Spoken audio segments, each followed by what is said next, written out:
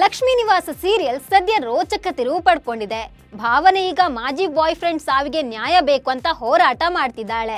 ಇದರಿಂದಾಗಿ ಸಿದ್ದೇಗೌಡರ ಮನೆಯವರು ಭಾವನ ವಿರುದ್ಧ ಕಿಡಿಕಾರ್ತಿದ್ದಾರೆ. ಅವರಿಬ್ಬರನ್ನ ಮನೆಯಿಂದ ಆಚೆ ಕೂಡ ಹಾಕಿದ್ದಾರೆ. ಇದೀಗ ಭಾವನ ಹೋರಾಟ ಸಿದ್ದೇಗೌಡರಿಗೆ ಕಂಟಕ ಆಗುತ್ತಾ ಅನ್ನೋ ಅನುಮಾನ ವೀಕ್ಷಕರನ್ನ ಕಾಡ್ತಿದೆ.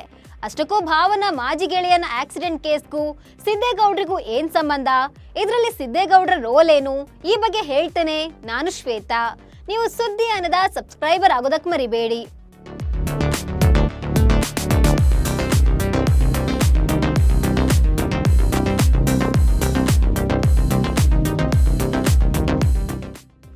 ಲಕ್ಷ್ಮೀ ನಿವಾಸ ಸೀರಿಯಲ್ ಸದ್ಯ ರೋಚಕ ತಿರುವು ಪಡ್ಕೊಂಡಿದೆ.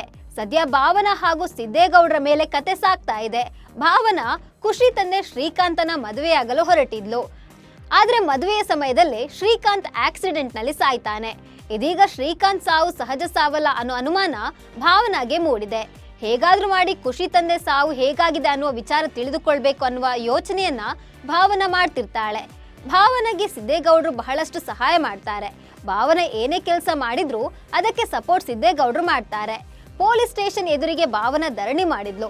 ಹೇಗಾದ್ರೂ ಮಾಡಿ ಶ್ರೀಕಾಂತ್ ಸಾವಿನ ವಿಚಾರ ಬಹಿರಂಗ ಆಗ್ಬೇಕು, ಹಾಗೆಯೇ ಆಕ್ಸಿಡೆಂಟ್ ಕೇಸ್ನ ಪೊಲೀಸ್ ಸ್ಟೇಷನ್ ನಲ್ಲಿ ತೆಗೆದುಕೊಳ್ಬೇಕು ಅನ್ನುವ ವಿಚಾರಕ್ಕೆ ಭಾವನ ಸ್ಟ್ರೈಕ್ ಮಾಡಿದ್ಲು. ಆದ್ರೆ ಪೊಲೀಸರು ಸಿದ್ದೇಗೌಡರ ತಂದೆಯ ಒತ್ತಡದಿಂದಾಗಿ ಕೇಸ್ ತೆಗೆದುಕೊಳ್ಳಲು ಒಪ್ಪೋದಿಲ್ಲ. ಆಕೆಯ ಮೇಲೆ ಲಾಠಿ ಚಾರ್ಜ್ ಮಾಡಲು ಮುಂದಾಗಿದ್ರು. ಅದನ್ನೇ ಸಿದ್ದೇಗೌಡರು ತಡೆದಿದ್ದಾರೆ. ಇನ್ನು ಮನೆಗೆ ಬಂದ ಭಾವನ ಹಾಗೂ ಸಿದ್ದೇಗೌಡರಿಗೆ ಶಾಕ್ ಆದಿತ್ತು. ತಾಯವ್ವ ಭಾವನ ವಿರುದ್ಧ ರೇಗಾಡಿದ್ದಾಳೆ. ಪೊಲೀಸ್ ಸ್ಟೇಷನ್ ಮುಂದೆ ಪ್ರತಿಭಟನೆ ಮಾಡಿ ಮನೆ ಮರ್ಯಾದೆ ತೆಗೆದಿದ್ದಾಳಂತ ಮನೆಯಿಂದ ಆಚೆ ಹಾಕಿದ್ರು.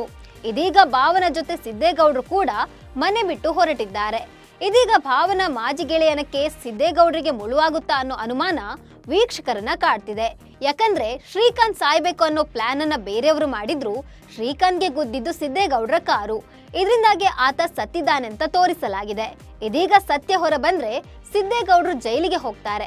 ಅದಕ್ಕಾಗಿ ಸಿದ್ದೇಗೌಡರ ತಂದೆ ಈ ಕೇಸ್ ತೆಗೆದುಕೊಳ್ಬಾರ್ದು ಅಂತ ಪೊಲೀಸರಿಗೆ ಒತ್ತಡ ಹಾಕಿದ್ದಾರೆ.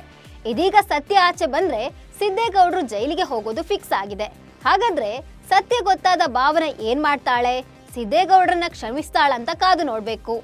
ಈ ಬಗ್ಗೆ ನಿಮ್ಗೆ ಏನನ್ಸುತ್ತೆ ಅಂತ ಕಾಮೆಂಟ್ ಮಾಡಿ. ನಮಸ್ಕಾರ.